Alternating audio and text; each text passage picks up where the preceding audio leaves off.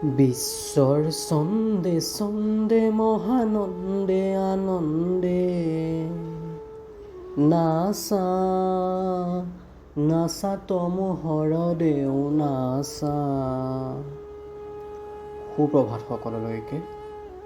আজি জুন মাহৰ 21 তাৰিখ, অৰ্থাৎ কালি দিনটোতেই সমগ্ৰ অসমতে ধুমধামেৰে পালন কৰা হ'ল পবিত্ৰ ৰাভা দিৱস।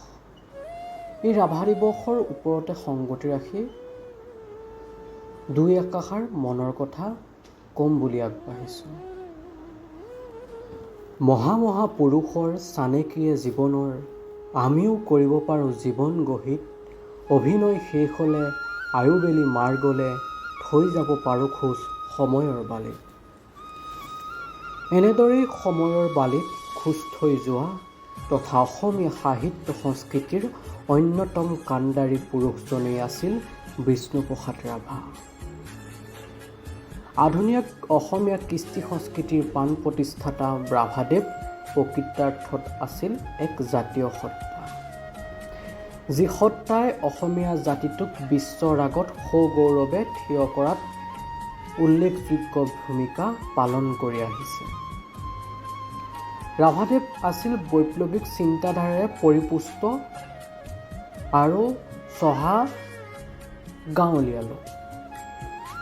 এহাতে অস্ত্ৰ লৈ ব্ৰিটিছক ৰঙা চকু দেখুৱাই প্ৰতিবাদ কৰা কলাগুৰুৱে আনখন হাতে কলমৰ অফুৰন্ত সৃষ্টিৰাজিৰে অসমীয়া জাতিৰ বৰভঁৰাল সৰ্বকাললৈ চহকী কৰি থৈ গৈছে। ৰাভাদেৱৰ যদি জীৱন পৰিক্ৰমাৰ বিষয়ে চাবলৈ যাওঁ, অসম তথা ভাৰতবৰ্ষৰ ইমূৰৰ পৰা সিমূৰলৈ, অৰ্থাৎ ৰিপন কলেজৰ পৰা আৰম্ভ কৰি তেজপুৰ ৰাজপথলৈকে সিঁচৰিত হৈ আছে প্ৰত্যেকটো কাহিনী। উত্তৰাধিকাৰী সূত্ৰে পোৱা প্ৰায় 2000 বিঘা মাটি মুক্ত হস্তে দান কৰি দুখীয়া নিচলাৰ বাবে জীৱনৰ শেষ কালছোৱা অতি দাৰিদ্ৰতাৰে কটোৱাজনেই হৈছিল বিষ্ণুপ্ৰসাদ ৰাভা। স্বাধীনতাৰ বাবে ব্ৰিটিছৰ হাতত আৰু কমিউনিষ্ট চিন্তা চৰ্চাৰ বাবে কাৰাবাস খাটিব লগা হোৱাজনেই আছিল বিষ্ণুপ্ৰসাদ ৰাভা। কাশী হিন্দু বিশ্ববিদ্যালয়ত নটৰাজ খ্যাত তাণ্ডৱ নৃত্যৰ পৰা আদি কৰি জ্যোতিপ্ৰসাদৰ সৈতে লগ লাগি জড়মতী নিৰ্মাণ কৰাজনেই আছিল বিষ্ণুপ্ৰসাদ ৰাভা। সামগ্ৰিকভাৱে চাবলৈ গ'লে ৰাভাদেৱ আছিল এখন তীক্ষ্ণ তৰোৱাল, যিয়ে দেশদ্ৰোহী তথা সমাজখনক শোষক শ্ৰেণীৰ বিৰুদ্ধে থিয় দি সন্মুখৰ পৰা যুঁজিবলৈ শিকাইছিল আৰু আনফালে এখন ঢাল হৈ সমাজ তথা জাতিটোৰ বাবে আহিব লগা প্ৰত্যেকটো বাধাক হেলাৰঙে নেওচি থিয় হৈ থাকিবৰ বাবে শক্তি প্ৰদান কৰিছিল। তেওঁ আছিল অক্লান্ত কৰ্মযোদ্ধা, যাৰ গতি আছিল দুৰ্বাৰ আৰু অবিৰত, যাৰ কৰ্মভূমি আছিল সমগ্ৰ অসমভূমি। মহাপুৰুষ দুজনাক বিশ্ববাসীৰ সন্মুখত দাঙি ধৰি তেওঁলোকৰ অৱদানবোৰক প্ৰচাৰ আৰু প্ৰসাৰ কৰাত তেওঁ এক অপৰিসীম ভূমিকা পালন কৰিছিল। কিন্তু এতিয়াও কওঁ, তেওঁৰ বিষয়ে আমি মাত্ৰ কিয়দাংশহে জানো। এয়াই হয়তো আমাৰ জাতিটোৰ দুৰ্ভাগ্য যে আমি ৰাভাদেৱক জানিব লাগিছিল কিমান আৰু জানি আছোঁ কিমান।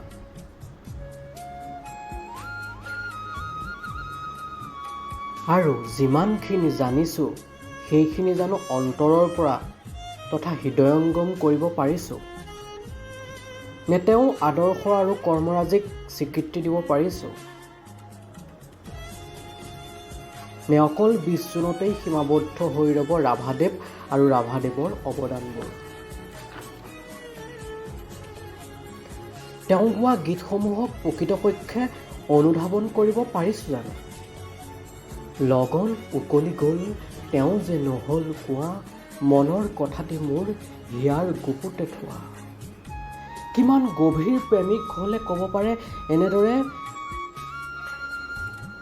বৰ্তমান ভোগবাদী আৰু বস্তুবাদী মানুহৰ কাৰণে কিন্তু এইবোৰ একেবাৰে অপ্ৰাসংগিক। পৰজনমৰ শুভ লগনত যদিহে আমাৰ হয় দেখা, পুৰাবানে প্ৰিয়ে এই জনমৰ মোৰ হিয়াৰ অপূৰ্ণ আশা। সেই একেজন প্ৰেমিকৰে কথা। কিমান মৰম আৰু ভালপোৱা থাকিলে পৰজনমলৈও অপেক্ষা কৰিব পাৰে। এয়া কিন্তু অকল ৰাভাদেৱৰ বাবেহে সম্ভৱ। উঠ জাগি উঠ উপবাসী অন্নভূমিহীন দল, বুকু পেট জ্বলা চিৰ দুখী শেষ যুদ্ধলৈ হেৰৌবোৰ। সেই একেজন প্ৰেমিকৰ কিন্তু এয়া এক নতুন ৰূপ। দেশ তথা মাতৃভূমিৰ বাবে ৰাভাদেৱৰ সৰ্বোচ্চ সমৰ্পণ। একেইজন ব্যক্তিয়ে কিমান যে ভিন্ন ভিন্ন বেশ। কেতিয়াবা মনত উদয় হয়, আমি চাগে এতিয়াও ৰাভাদেৱক ভালদৰে বুজাই নাই। তেওঁ দিয়া যোৱা একোটা সম্পদক সযতনে ধৰি ৰখাত আমি কোনোবা ঠাইত সঁচাকৈয়ে ব্যৰ্থ। কেৱল এটা দিৱসত আবদ্ধ কৰি ৰাখিব বিচাৰিছোঁ প্ৰাণৰ শিল্পীজনক। ৰবীন্দ্ৰ সংগীত গাই শান্তি নিকেতনৰ শ্ৰোতামণ্ডলীক শিহৰিত কৰা ৰাভাই দৰঙৰ নেপালী গাঁৱতো জাৱৰীয়া গীত গাই চাহ বাগানৰ মাদলৰ তালে তালে ঝুমুৰ বড়োসকলৰ ৰণচণ্ডী নৃত্য আৰু কছাৰীসকলৰ দেওধনী নৃত্যই সকলোকে আত্মীয়তাৰে বান্ধি ৰাখিবলৈ সক্ষম হৈছিল এই ৰাভাদেৱৰ কাৰুকাৰ্য। শিৱৰ তাণ্ডৱ নৃত্য আৰু সত্ৰীয়া নৃত্যৰ লয়লাসৰ ভংগীমাত মূৰ্ত হৈ উঠিছিল বিষ্ণুপ্ৰসাদ ৰাভাৰ শৰীৰ।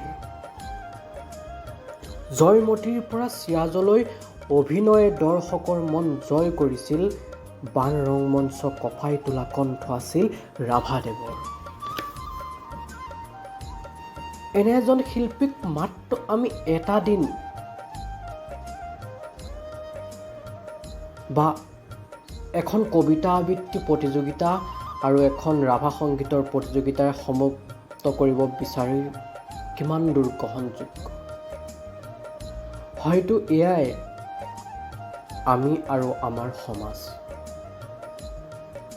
মনত ভাৱ হয়, এই ৰাভাদেৱক কৰি অন্তত 2-3টা দিন তেওঁৰ নামত উৎসৰ্গা কৰিব নোৱাৰোঁনে? প্ৰতিযোগিতাৰ লগতে পৰ্যালোচনা কৰিব নোৱাৰোঁনে ৰাভাদেৱক? তেওঁৰ দ্বাৰা ৰচিত নাটককেইখন অন্তত এবাৰ হ'লেও প্ৰদৰ্শন কৰিব নোৱাৰিনে?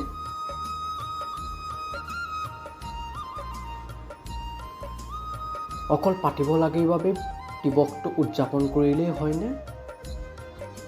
20 জুন তাৰিখে প্ৰত্যেকজন অসমীয়াই নিজৰ নিজৰ বাসগৃহত আৰু নিজৰ নিজৰ অন্তৰত এগছি বন্তি চাকি ৰাভাদেৱৰ নামত জ্বলাব নোৱাৰোঁনে?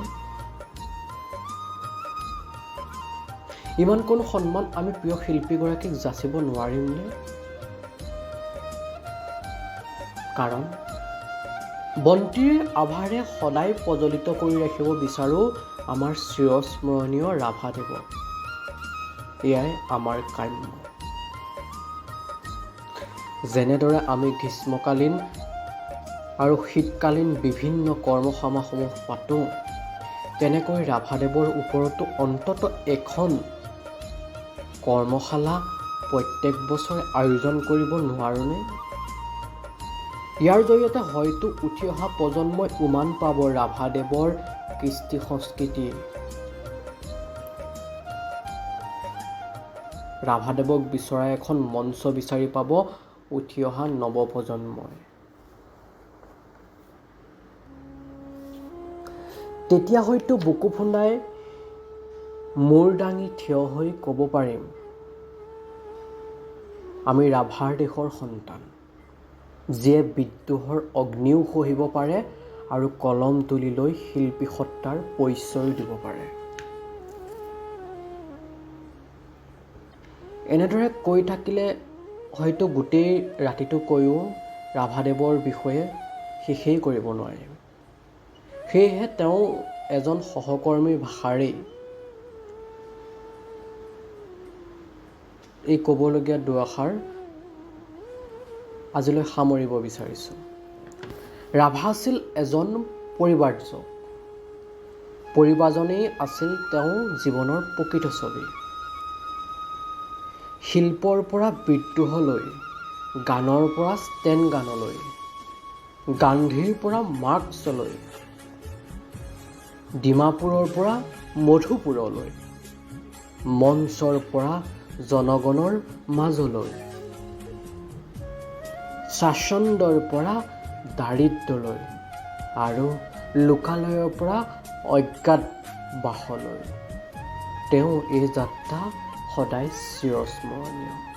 ধন্যবাদ। জয় আই অসম।